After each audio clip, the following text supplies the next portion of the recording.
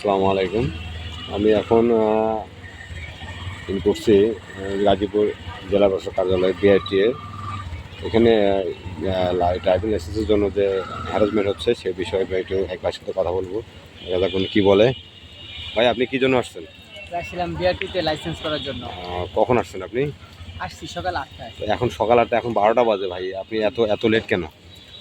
আসলে ওদের অপেক্ষা করতে হইতেছে অনেক, তারা অযথায় বসায় রাখছে। পরীক্ষা আচ্ছা, দিচ্ছি তো 9টায়। কোনো টাকা পয়সা নিছে?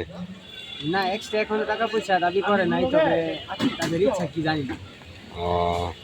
এ বিষয়ে আপনার কি কোনো অনিয়ম পাইছেন?